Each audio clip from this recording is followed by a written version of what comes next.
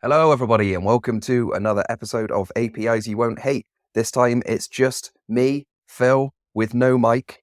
I don't know what I'm doing. There's a lot of buttons on my screen, and I'm a little bit scared and confused, but I think it's recording. I think this is a podcast.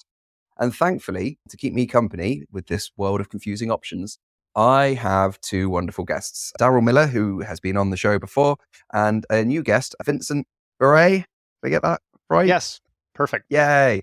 Fantastic. Welcome both. Start with you, Vincent. Would you like to just tell everyone who you are?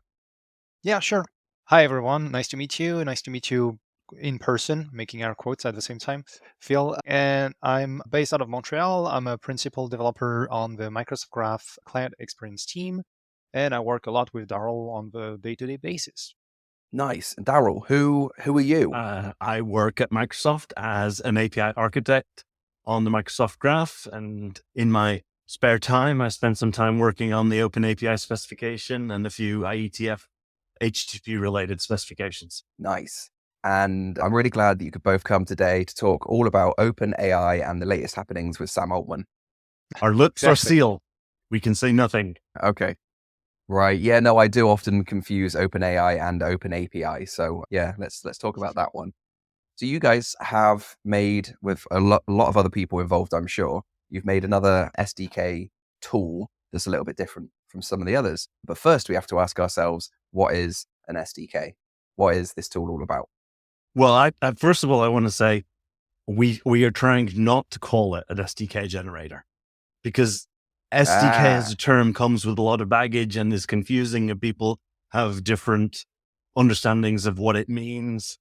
And so we like to call it an API client code generator, which is a bit more of a mouthful, but it is a bit more explicit. Vincent, tell them what it does. Well, it will, for any REST API that you have that has an Open API description, it will take that and generate client code to call your REST API with Fluent API in the code and models, and it will handle authorization, disauthorization, and a number of different aspects for you. So you can get going calling your API and you focus on what matters, writing the code for your application, and not just, handling serialization, disauthorization, and nitty-gritty details like that. Brilliant. And so we've had a couple of podcasts about kind of SDK generators, client stuff. Mm-hmm. In the past, I think depends on what happens between recording and actually publishing stuff. But like one of the last ones was about that. We've talked about Fern in the past, and we've talked about Appomatic. And so now we're talking about Kiota, not Kyoto, Yes. Kiota from Microsoft. And it's a little bit different. I noticed that you're trying to take the approach. I mean, some of these SDK generation tools kind of come across like you are the API development team and you don't have time to be writing a Go library and R library and other languages that you might not know. So just run this command and then ta-da, it's been published. And all different API developers use all different SDK generators, and some they write by hand and some they use different tools. And so everyone's API SDK looks a little bit different. It seems like you folks were going for a slightly different approach of kind of, you're an API client and you could grab a bunch of different open APIs from different people and generate a whole bunch of API client libraries yourself so that you can work with other people's APIs. Is that about right, or have I just butchered it? No, it's perfect. Actually, you could do the podcast on your own by yourself. You already know everything here. But Later. yeah, exactly. I'm gonna grab a coffee instead. But yeah, the idea is to, as you can still use Kiota as an API producer to put SDKs out there to reuse your own term and offer those to your customers. You can perfectly do that with Kiota, of course. But we set out on a different approach, as you said, to make sure that you have a consistent experience across multiple APIs. More and more nowadays, projects or applications have to integrate between multiple APIs, multiple vendors that they use, and having to find out whether or not they have a package for you in your language first, and then learn the semantics and the different aspects of this specific package for each and every API you consume, potentially get into dependencies conflicts and having to resolve that, which is always awesome to do. We really want to get rid of all that experience for people and instead say, all right, You have your API consuming tool and API discovery tool for that matter, because Kiota also offers search and discovery commands and features as well to allow you to discover public APIs out there. And then you pick and choose not only the different APIs you're interested in from the different vendors or partners or whatnot, but you can even get down to choosing a specific operation under specific endpoints. So now you get a client that is very specific to you, what you actually need to do. And you get this consistent experience, code writing experience across multiple API providers. Yes. So, Phil, the problem is developers have opinions. We all have opinions about HTTP. And when people go and say, hey, I need to build an SDK for my API so that everybody will use it, so PHP developers will use it and Ruby developers will use it, we all go and build these libraries that say, well, this is the way that an HTTP API should be projected into the native programming language.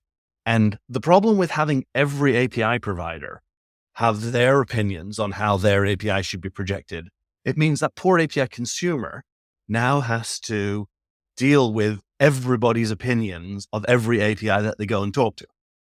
So the Kiota approach is, well, if you can put up with our opinion, the Kiota opinion on how you project HTTP APIs, you can then use Kiota for every API that you want to talk to. And you only have to learn how to do it once. And we are as unopinionated other than having HTTP opinions. Like, we don't take the HTTP methods and say, well, usually when it's a post, it means create. Therefore, we're going to use the create verb on a method. We just tell you, there's your post. Here's how you put HTTP headers in. Here's how you put query parameters in. Here's how you format a request body. You understand the uniform interface. We're just translating it into your programming language, and we'll deal with the really annoying stuff like figuring out how to percent encode parameters in a query string and how to use a URI template to construct. Gross. Yeah, all those ugly things, that those edge cases of HTTP we take care of. But you take our projected code, which people have said, yeah, this is not an optimum experience for this API. And I'm like, yeah, I know it's not an optimum experience for the API. Put an adapter in front of it and create a perfect experience for your particular application that you're building, and use it as a mocking interface, and then hide our projected code behind it. You're never going to get beautiful projected code. And we keep trying to do that based on a whole bunch of people's opinions. And you'll never get everybody to agree on what the perfect projection of an HTTP API is. Yeah, absolutely. I mean, in most kind of worlds of frameworks, there's a whole bunch of different coding patterns that people prefer. And then, happens in Laravel all the time. Everyone goes from repository pattern, event bus, all these different things, and like different naming conventions and everything else. So yeah, certain communities can't be consistent with themselves. And even if they do reach consistency at any point, it changes. So it can be really hard to try and make something that makes everyone happy. And I remember seeing you give a talk at one of God knows how many conferences a couple of years ago about putting the kit basically back in SDK was what it was called. Yeah, that's the one. It was like, how to make good SDKs or whatever. And a lot of it was talking about middlewares. Do you still have a bunch of middleware logic in Kiota? Did you manage to get that in there? Yes, indeed. It's all built on that pattern. Vincent, you want to go into a bit of the details of the underlying bits? Sure. So the code we generate only relies on a set of abstractions that we publish, of course, which means that as soon as you generate a client for an API and that you pull the abstractions package, you'll be able to build your project, solution, application, whatever. It won't do anything, of course, because you'll be missing a bunch of implementations, but at least it will build. And then for those abstractions that are for executing the HTTP request, serializing, deserializing, and the authentications aspects as well, we provide default implementations that you're more than welcome to use and import in your project or your application. But if you're not happy with those because you need a different serialization format or you prefer a different library, for example, you can re-implement those abstractions and swap those away. And if we focus on HTTP and executing the request, one of the abstractions we have is the request adapter. And we have a default implementation that also provides a bunch of middlewares for retry handling, compression handling, redirection handling, and a different set of other things as well. And now, if you want to add custom behavior to that, you can, of course, just write additional middleware if you're happy with a client of choice we've selected. Or if you're not happy at all with a client, HTTP client we've selected, you can, of course, re-implement the whole interface and do whatever you prefer here. But yes. That's brilliant. Yeah, because middlewares are just increasingly becoming the thing I'm the most interested in when it comes to pretty much any part of working with APIs, right? Because the actual business logic of most APIs is quite small. It's usually like, oh, we're going to call a model and add some stuff and do a bit of validation, but that's like 3 lines of code and it punts it off to a whatever service, some sort of service class. But the most important like API logic, both client side and server side, most stuff can be implemented as middlewares, and everything from, rate limiting and caching. And I was just doing a whole series of posts about like idempotency keys and things like that. Yep. And both the client and the server can just kind of install one package and just register it and use that. So is there a bunch of like pre-built stuff for Kiota? Do you have support for idempotency keys? Because that'd be fun. Now, so this one specifically we don't have, but it will be very easy for you, for any language we provide and support today, to say, I want to add support for idempotency keys and write up a middleware and add it to your chain and use the same exact client you just generated with Kiota. You don't need to change the generated code at all or touch any of that. You just need to add your cross-cutting concern implementation and you're good to go. And better than that, we work a lot in the open as an open source project. So if you feel like what you've built would be valuable to others, we'll be more than happy to see pull requests coming our way and make others benefit from your hard work here. So yeah. Did you Awesome. notice? Sounds like it does. Did you notice, Phil, that in the latest update to the idempotency spec in the IETF that hasn't quite been gone through last call yet, there was some wording that was changed that now allows a client to send an idempotency key even if they don't know whether the server supports it or not. And this came from browser vendors, because the browser vendors were like, hey, it would be really handy when we're posting to send an idempotency key in the hope that maybe the server supports it. And then if the server does, then cool. So you don't need this pre-negotiated contract. Oh, I know that the server implements it, therefore I'm going to send it. You can just always send it on a post if you want that post to be ideally. Yeah, that makes a lot of sense. I mean, they already kind of take a huge amount of guesses at various caching logic and do a bunch of things for you. And like most browsers will already say, like, are you sure you want to refresh this page? Because that means you're gonna, resend this data. Now they can change that to be like, are you sure you want to refresh this? Because it might resend the thing. But if they've had like good responses and they know that it does support it, then they can be like, yeah, you can refresh this and not have to show you the message. That's pretty handy. Cool. Bit of a tangent on idempotency keys there, but there's a blog post that'll tell you all about it. I wrote one for the APIs You Won't Hate blog that was mostly just me complaining about getting charged 3 times for a hotel. But then I wrote another one for HTTP Toolkit on their blog, which is actually useful. So go and check that one out. Now that I'm done plugging my stuff on my stuff, I am curious what Microsoft's interest in all this is. Why did you start building Kiota? Did you just want to save API developers from writing boring SDKs, or is there a bigger business reason? Both actually. I think so. For context, both Darrell and I work for Microsoft Graph, which is one of the largest REST APIs in the world, both in terms of traffic and in terms of number of operations we support. To give you an idea, we have about 20,000 different unique operations on the V1 endpoint. So that makes for 70 plus megabytes open API description for the whole thing. Good Lord. Yeah. And so we found ourselves in a situations where the existing generators out there would not scale in terms of how fast they can generate things. They would not scale in terms of naming conventions and other things that Darrell mentioned earlier, because they would try to generate clever methods name, and that would not work at that scale, of course. And they would also not allow for more advanced scenarios like selecting the different endpoints you care about or not, selecting the different operations you care about or not, and generating code just for those things.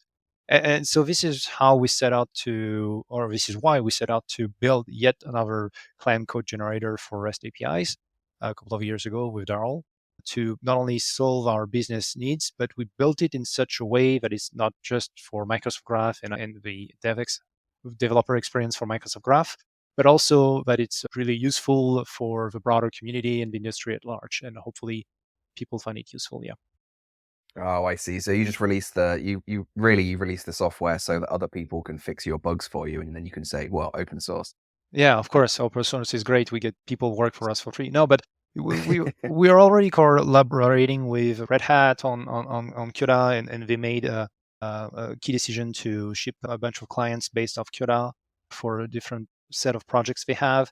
We are also Nice. working with GitHub for their client experience as well. There are a number of different players out there that not only get benefits from the open source and the fact they can use it right off the bat, but they also contribute back to the project. So it's not just us trying to offload bug fixes to the community at this point, right? So Yeah. The other Brilliant. benefit of the approach that we took, well, there's two benefits. Is one is, as Vincent said, it's really big, our API. So nobody wants to use the entire API.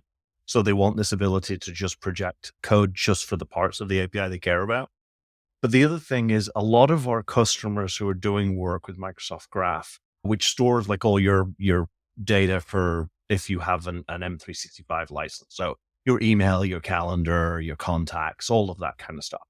A lot of it is integration scenarios, with either integration with internal systems or integration with other third-party systems. And we found a lot of our customers were doing work where they are making two APIs talk to each other, which is where this consistency story starts to come into play. And we found there were a lot of our customers who weren't using our SDKs. And our understanding was, yes, it's just another SDK that they have to learn. And this was a big piece of feedback that we got from customers, that people are just tired of going and learning yet another SDK. And they're like, I know how to make HTTP calls, and they'll just go do it themselves because they don't want to have to deal with multiple different SDKs. And so Kiota was a reaction to that kind of scenario that our customers are running into. And we need to go build them anyway. And Vincent and I had lots of conversations about how open source this would be. And it's taken us a little while to really convince our management that we should be building things that for customers who are not directly our customers, but there's a lot of indirect benefits to shipping something that conforms very well to a standard like OpenAPI. That's always a really hard one to push, isn't it? It's like, hey, can we do loads of work that won't make us money directly? Because they're like, yeah, open source the SDKs. That's great. You don't need to open source the thing that makes the SDKs. I mean, how much extra work has gone in? That's like, how long is a piece of string? But like, how much extra work has gone into making it something you could, confidently release to the public versus something that was just fine for your needs? Yeah, that's a very good question. Huh? We don't want to admit that publicly. Yeah. Fair enough. So, but and this is the challenge. Is it's usually when you run into, there's two scenarios. One is when you run into a problem that we have with our API, and there's an obvious, easy shortcut that you can take that will solve it for us, but won't solve it for anybody. And you've got to sell that to management as like, no, we can't take the shortcut because that won't deliver the bigger picture. And then there's the other scenario, the classic one that we keep running into is we'll call an API and they'll return a list of things as an array, a JSON array. And we don't ever do that in Microsoft Graph because we follow a set of OData conventions that says everything has to be an object at the root, and even collections are an object with a values property that contains an array. And so we'll keep going and we'll try it against an API. Oh, damn, there's a scenario that doesn't exist in Graph. And then we've got to justify going spending the time to go fix that. And our management are great. They have come to terms with the fact that integration scenarios are an absolutely worthwhile thing. And we're starting to gain a lot more traction with other teams, either across Microsoft and across the industry, which again helps to justify doing it. But yeah, it's a non-trivial amount of work, and it requires continuous convincing of management that it is worthwhile doing. Yeah, and I think also another part that we spend time on, which we wouldn't if we had not open sourced the generator, is the experience of the tool itself, like how to well structure the commands and provide actionable feedback to users using the generator. We also built a VS Code extension and an integration of the tool in VS Code. All of that, of course, is not directly supporting our core business, but it brings broader adoption of the tool itself, and it brings more people to contribute to the tool. And that has largely paid off. In case any of our managers are listening to the podcast, it has paid off already. Like, for example, on the Java front, Red Hat has done tremendous work to get to a much better Java story in terms of generation. And if we had not open sourced the generator, if we had not, started building a community around Kiota, we would not have gotten those benefits, right? So that is brilliant. And I'm glad you threw that in there just for your managers in case they are listening. Slightly different topic. I mean, I don't think we've talked about Microsoft Graph Data before, and that sounds like a massive API. That sounds blooming complicated. So is it a series of smaller APIs, or is it just one massive API with loads of operations? And is there any difference between those two things, really, apart from implementation detail? It's hundreds of APIs produced by completely different organizations at Microsoft that in different languages on different tech stacks that all get sewn together into kind of like a GraphQL federation data gateway, but using OData conventions instead. And this is one of our other interesting challenges. We actually don't natively use OpenAPI to describe our APIs. It's ironic. It's like in some of the backends do use OpenAPI as they're building it, but then when they come to Microsoft Graph, they have to provide us with what's called a CSDL description, which is XML-based format. And you should see some of the more junior engineers as they join Microsoft, and we tell them, yeah, you've got to go and create this XML description of your API. Use this language that's like, it sucks and there isn't types and everything's like a Boolean or a string, and just don't worry about it. There are lots of types, but it has its challenges. But using that language, we can basically sew all of these different APIs together into one coherent description and provide a single surface area. And the technology problem is not the biggest thing that we solve. It's getting different parts of Microsoft's organization to talk to each other. Like, how many different companies have you dealt with where you ask them to change your address, and then you change your address, and then you get a letter from them 3 weeks later that's going to the wrong address because they have your address stored 74 times? Well, we provide that role as a centralized place that says, no, there should only be one representation of a user's profile photo. There should be only one representation of a user's contact information. And that's kind of the business value of Microsoft Graph, is it provides that one unified surface area to our customers for doing integrations with that data. That's awesome. So yeah, that's the more interesting part, I feel like, of API governance that a lot of people don't get around to talking about because they haven't quite got that far yet. Like when people start trying to figure out what API governance is and how to do it, then it's mostly just like looking at pull requests and saying, don't do that. But it's usually kind of focused on, that's not the right naming convention. That's not the right security thing. Like I've been pushing this for a long time because I build tools that help you do that, but it's kind of getting people started with the idea of it. But the more interesting thing has always been trying to automate some of that dumber stuff, some of that more simple stuff, patterns, standards, conventions, automate as much as you can so that you can then start to focus on more domain modeling where you're like, there's already address over there. How are you going to keep it in sync? Oh, you're going to do a two-way sync? Not on my watch, son. And just kind of bouncing bad ideas out of the entire ecosystem is far more interesting. So one of the most interesting conversations that we have with teams is when they show a user's name, and the first question we ask is, are you getting that from our central identity location? No, we keep a copy of it over here. And we're like, oh, no, you don't, because people change their names and it can do serious damage to people if they change their name and that doesn't immediately get propagated throughout our entire system. Yeah. And we get some funny looks from teams when we're like, oh, no, you've got to go back and change your system. You can't store that. You can cache it for a short period of time, but no, you have to guarantee that you're going to sync that name before we'll actually ship the API. So it's interesting, the areas we get into conversations about in what is, API governance.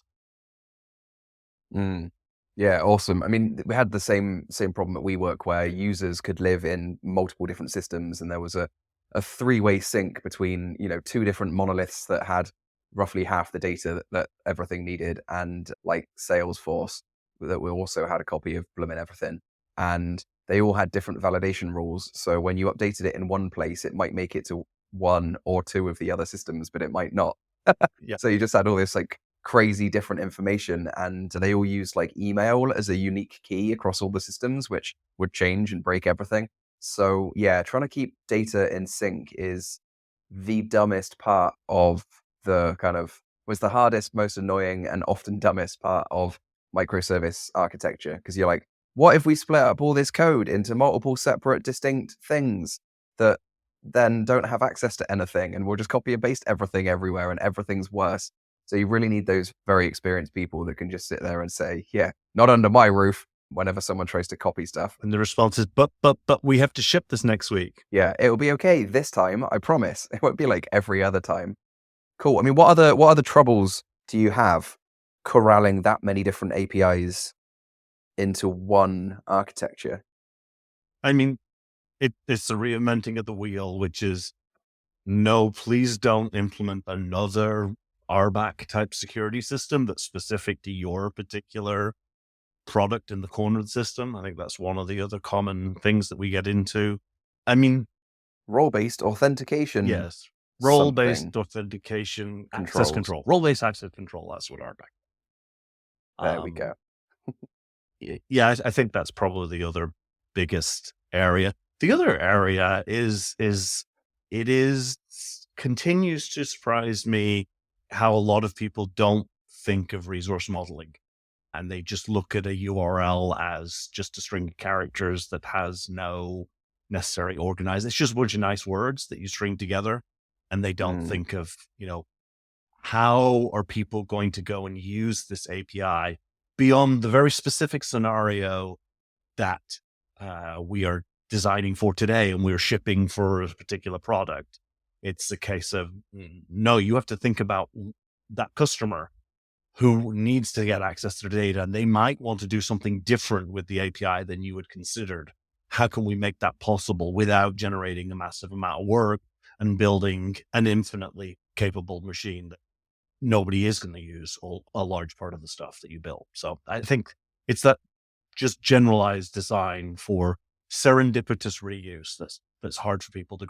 Yeah, because you either go this is just raw data, do with it what you will, maximum flexibility, no control, or you kind of go like, these are the workflows we have really optimized for, and they're going to be sick if you want to do this thing with it. But if you want to do anything else, it's awful.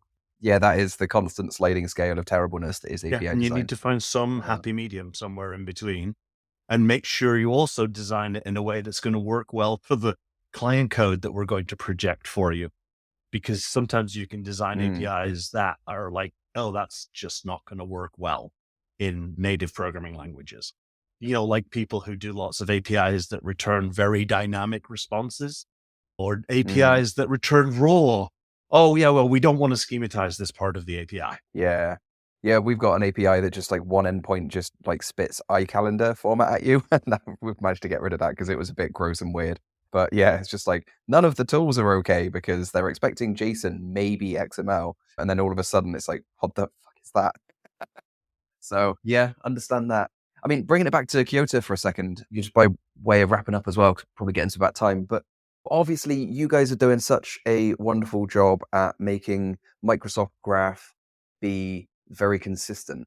And therefore you would expect if the open API is fairly consistent and follows patterns, and the APIs are fairly consistent and follows patterns, then those SDKs are going to be pretty, standard with each other. But for other people, like the example of a client who is talking to 10 different APIs made by 10 different people and you've Kyotified the lot of them. How much does different open API affect the kind of consistency of the SDK, well, the API client code that is then generated from it? I would say not that much because, again, as Daryl mentioned at the beginning, one of the key design aspect is that the only opinionated choices we've made were around HTTP and the conventions and whatnot, and we stuck to as close as HTTP conventions as we could. And for example, if you take the Fluent API surface that we project for you to call the different operations and endpoints and whatnot, the way it is structured is that it follows the path segmentation of your API. Because not only it's easier to map mentally to know, oh yeah, this method or this code path in my code maps to that operation on the API, but also it allows us to neatly structure the code we generate and potentially avoid any conflicts if you have things with different names with the same names but at different levels and whatnot. So now, if you look at different descriptions and different APIs, even though their domains are different, even though the terms they are using are different, the organization of the Fluent API surface and the models and the other conventions are going to be the same. They are going to be mostly based on the HTTP conventions. And there is going to be another layer of conventions added by Kiota, but we try to keep it as thin as possible. So it's super easy for you to mentally map your way through the different clients we generate here. Brilliant. All right. Well, I'm going to recommend that all you listeners go and have a look at Kiota, because you might think you're being clever by just doing a file get contents and bung in a URL and then just like hope that thing works. But every time you kind of directly just write your own little SDK, you've just built a bad SDK and it's brittle and there's a lot of things that can go wrong and it's going to be different every time. And you don't have the ability to wrap that in beautiful, fantastic middlewares that can chuck in timeout logic consistently, easily, that can chuck in caching logic consistently, easily. So yeah, if you have a bunch of like direct dependencies that you've written yourself, delete those, and maybe Kiota can be the way to replace them. Thank you very much, Vincent and Daryl, for coming on. And I think this is actually recorded the whole way through. So I think we're okay. I think we did a podcast. Hopefully, yeah. Thank you so much for having us. Thanks, Phil. Cheers, guys. Have a good one. Bye.